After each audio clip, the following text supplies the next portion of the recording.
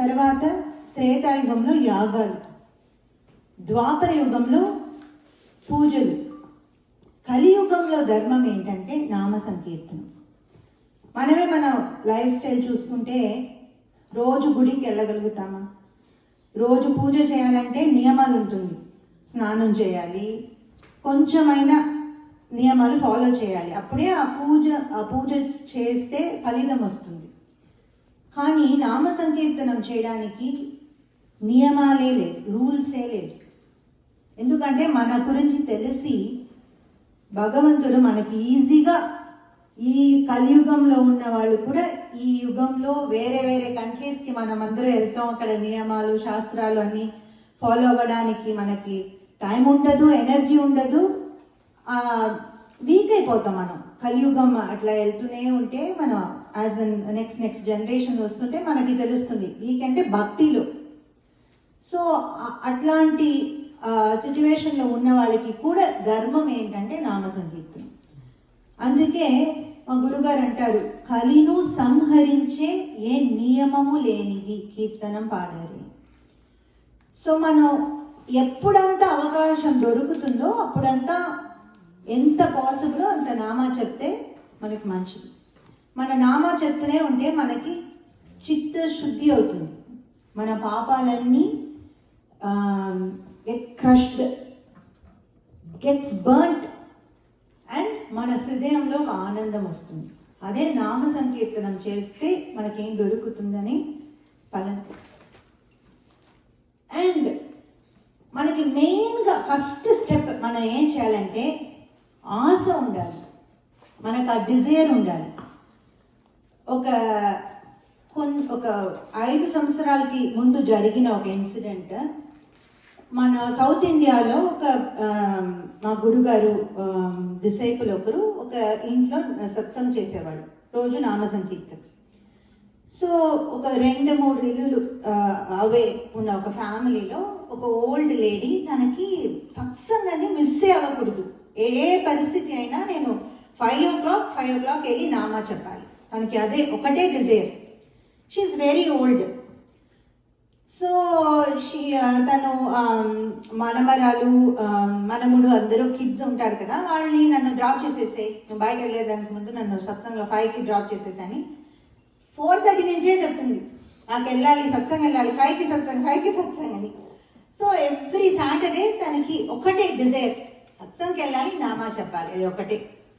So తను వెళ్ళి 5 to 5:30 అంత సిన్సియర్గా నామా చెప్తుంది, అంతే. All she had is satsang వెళ్ళే డిజైర్, వెళ్ళి నామా చెప్పడం, అంతే. కొన్ని మంత్స్ తర్వాత ఒకసారి ఏమైందంటే, నేను సత్సంగ్ వెళ్ళాలి 10 నిమిషాలకి ముందే వచ్చేసింది, 4:50కే వచ్చేసింది. అప్పుడు ఆ వీక్ మా గురుగారు అక్కడ వచ్చారు, మురళీధర స్వామిజీ అని. ఆ వీకెండ్ ఆ ఇంటి సత్సంగ్కి వచ్చారు గురుగారు. సో ఫస్ట్ వచ్చేసింది ఈ ఓల్డ్ లేడీ. సో గురుజీ అడిగారు, ఎందుకు ఇంకా 10 నిమిషాలు ఉంది, ఎందుకు ఇంత తొందరగా వచ్చేసావంటే, లేదు నాకైతే పొద్దున్న లేచినప్పటి నుంచి ఎప్పుడు నామా చెప్పాలి, ఎప్పుడు నాకేం వేరే డిజైర్స్ లేదు, నాకు అన్నీ హ్యాపీ, నా కిడ్స్ అందరికీ అన్నీ వచ్చేసింది, బట్ నాకు ఈ నామా అంటే ఇష్టం, నేను ఇది మిస్ అవ్వను, నేను ఇది ఒకటి వెళ్ళాలి అని చెప్తుంది. ఓకే, వెరీ నైస్ అని గురుజీకి చాలా ఆనందం. గురుజీకి ఎట్లా అంటే ఇట్లా భక్తుల్ని చూస్తే గురుజీకి చాలా ఆనందం వచ్చేస్తుంది. ఆ ఓల్డ్ లేడీ చైన్ని పట్టుకుని గురుజీ అడిగా, నీకు ఏం కావాలి? తను అనింది, నాకు ఏం వద్దు గురుజీ, నాకు అన్నీ ఉంది, చాలా వెళ్తుంది, ఇల్లు ఉంది, పిల్లలంతా బాగా మంచి పనిలో ఉన్నారు, కావాల్సిందని ఏం లేదు, మోక్షం ఒకటి కావాలి గురుజీ. సో కొన్ని మంత్స్ తర్వాత వాళ్ళందరూ ఫ్యామిలీగా బద్రీ వెళ్తామని, క్షేత్రాటనం వెళ్తామని ప్లాన్ చేసి వాళ్ళందరూ వెళ్ళారు.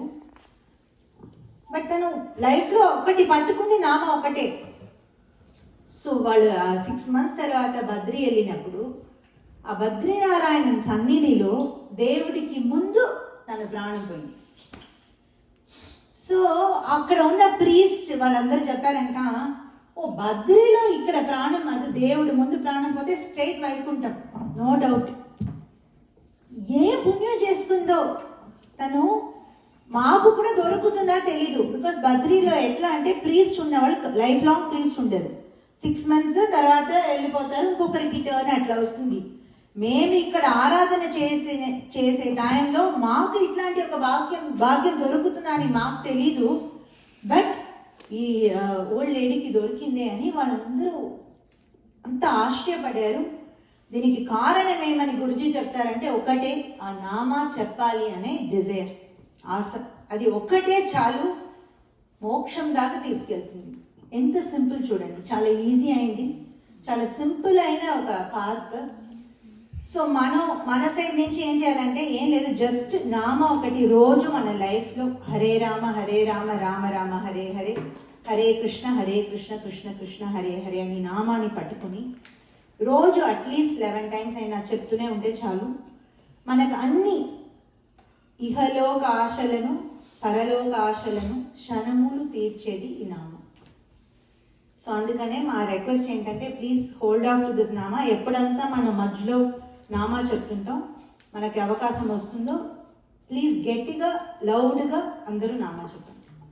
రాధే రాధే.